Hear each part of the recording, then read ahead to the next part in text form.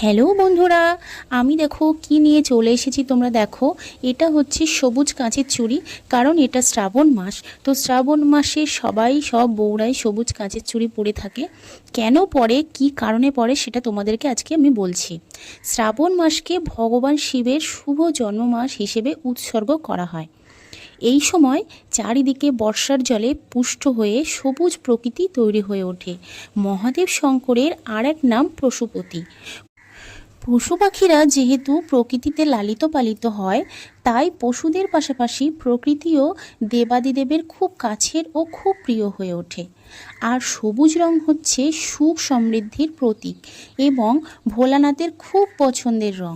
তাই আমরা মহাদেবকে সন্তুষ্ট করার জন্য এবং স্বামীর মঙ্গল কামনায় শ্রাবণ মাসে সবুজ কাঁচের চুড়ি পরে থাকি। তাহলে তোমরা বুঝতে পারলে কেন আমরা সবুজ কাচের চুড়ি পরি শ্রাবণ মাসে।